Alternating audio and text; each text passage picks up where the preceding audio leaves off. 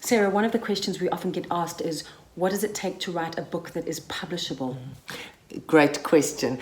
So let's talk about what do you need to know as an author if you want to write a book that can actually get to a publisher at the end of the day. I'm Sarah Bullen and I am a literary agent and a writing coach. And I'm Kate Emerson, best-selling author, international speaker, and facilitator of retreats around the world. So the first thing I always tell writers is take a look at what books are popular and selling right now. Because I get so many writers who submit books to me that are not really contemporary or publishable, like a Western. You know, it's very hard to place a Western. Like equally with sci-fi. Sci-fi has a smaller publishing market. So start looking at what genres, and we're talking about genres, what genres are selling? What are those books the bookshops are promoting? What do you know your friends are buying? It's a great way to start thinking about, well, what could I write that I could get the best chance of a deal? Because often it's about the right book proposal landing on the right publisher's desk at the right time. Those three things kind of cog together and then your book hits the shelves. So it's a little bit of that taken into consideration before you write your book. What's the next thing? The next thing is think of writing a book that you can get commissioned up front. And one of these kind of books, just to cut your teeth as an author or as a writer, is something like a biography. Maybe you know somebody or they're a celebrity and they have a fascinating life.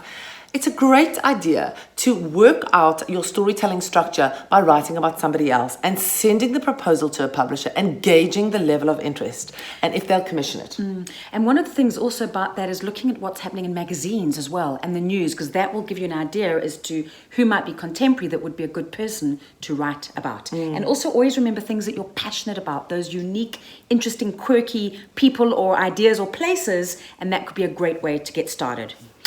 What's the next one? So what about the actual writing content, Sarah? So this is a really interesting thing. The one thing I want to tell you as a writer is that your writing doesn't have to be brilliant.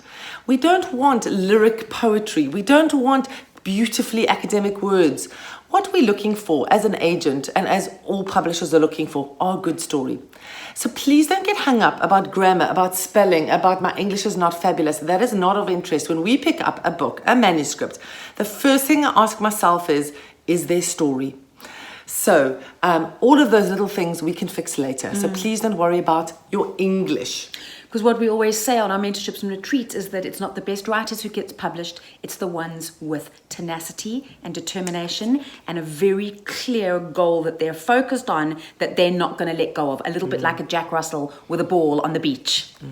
What's another one, Sarah? Well, you can answer to that, Kate. Maybe it's about what do publishers actually look for when they're looking at a whole spectrum of books. What would grab a publisher's attention? Okay, so specifically say for memoir nonfiction, it's about who is the author. So my first book back in 2013, I absolutely know my publisher picked me up because I already had a platform, a brand, a voice. I was seen to be out there doing things, making a few waves. I'd been on television, I'd been on the radio, magazines, I'd been publishing articles. I was prolific in the public space, but just in a regular person running a professional business. So you've got to look at who are you and what is this concept called an author as a brand, and how are you going to sell yourself to a publisher, or even if you choose to self-publish, at the end of the day you need readers, people who know who you are, what your message is, how or why you're going to change and impact their life. So don't forget that when you're thinking about being published, and always have that in the back of your mind about how do I build my brand. So the last thing I think that I'm just going to mention is that in order to be published, you have to have written your book.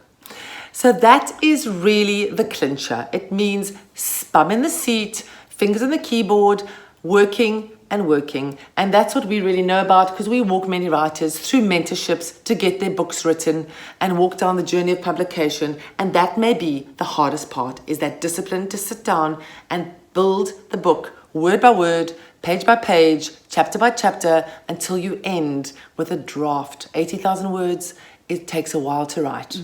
And we call that process bum time. So we hope to welcome you somehow, somewhere in the world, on an online mentorship, perhaps one of our retreats, so that you walk the path of writing your beautiful book.